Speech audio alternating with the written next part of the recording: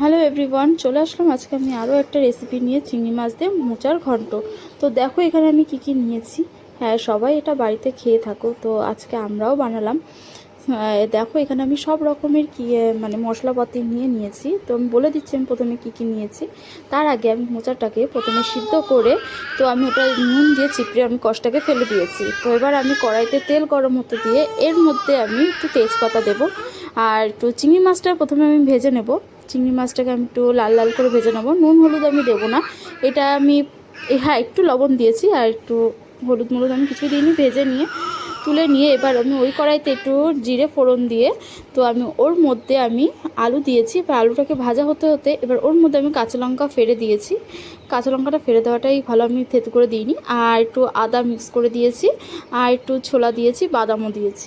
এটা দিলে কি হয় না, টেস্টটা খুব সুন্দর আসে। আর আমি গোটা গরম মশলাটা প্রথমে দিতে ভুলে গেছি, তো আমি পরে গোটা গরম মশলাটা দিলাম। দেওয়ার পর হলুদ দিলাম, আর একটু ধনিয়া গুঁড়ো, জিরে গুঁড়ো, লঙ্কার গুঁড়ো আমি দেবো না। তো এই দিয়ে প্রথমে আমি ভালো করে এটাকে কষিয়ে নিয়ে তারপর এর মধ্যে আমি চিংড়ি মাছটাকে অ্যাড করব। আরও একটু হলুদটা আমি অ্যাড করেছি, যেমন হলুদটা একটু কম হয়ে গেছিলো।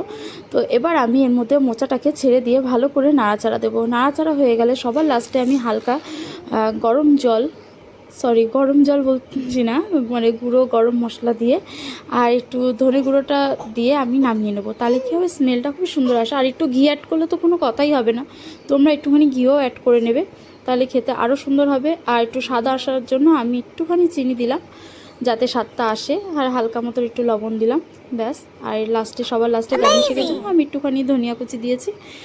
তো কমপ্লিট আমার মোচার ঘন্ট। কেমন লাগলো আমাকে অবশ্যই কমেন্টে জানাবে। বাই বাই সবাইকে।